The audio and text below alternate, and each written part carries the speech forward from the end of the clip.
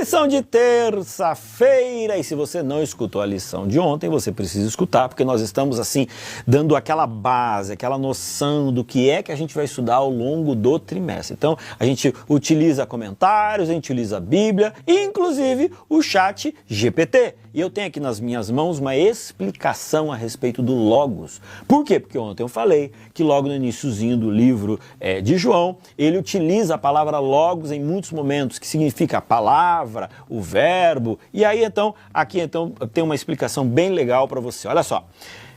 Quando se fala em logos, tá, que é uma palavra que vem emprestada do grego, existem várias facetas, onde a pessoa daquela época entendia a respeito do logos. Eu quero trazer para vocês apenas o entendimento que tem mais a ver com a religião. Então vamos lá.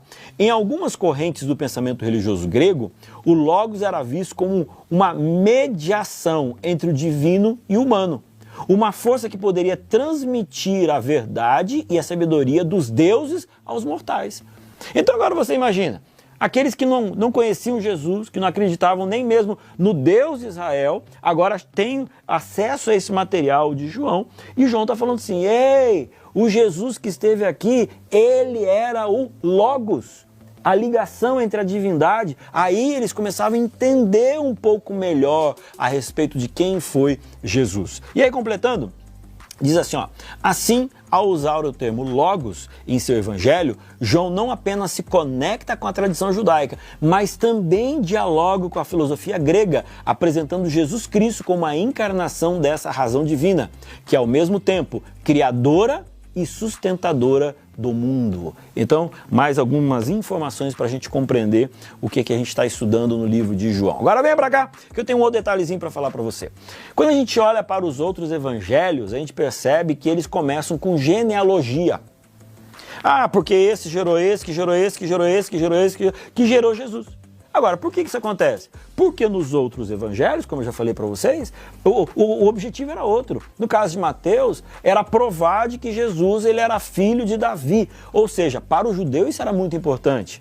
Mas quando a gente olha para João, João não começa com uma genealogia. Por quê?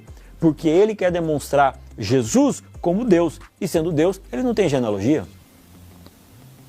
Sendo Deus, ele tem algumas características que são próprias dele. Então eu colocaria aqui para vocês, Deus ele é eterno. Aí então ele fala a respeito do Deus eterno. Aí depois ele coloca, o verbo é uma pessoa igual ao Pai. Por que isso é importante? Para deixar claro de que não existe diferença entre quem é Deus Pai e Deus Filho.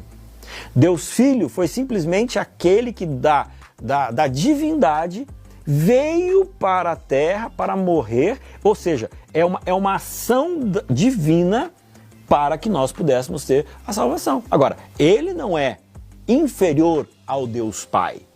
Isso deixa muito claro logo no iniciozinho do livro de João. E terceiro, este que veio aqui para nos dar a oportunidade da salvação, também foi a força divina, que foi aquele que o Deus Pai, né? Esse Deus Pai tinha Deus Filho e Deus Espírito Santo, cada um tendo uma função dentro do processo da salvação. E o Deus Filho que veio morrer por nós também foi aquele que foi o agente da criação lá em Gênesis capítulo 1. Ok? Então dê uma lida em João capítulo 1 para você perceber todas essas nuances que a gente conversou agora. Valeu e até amanhã!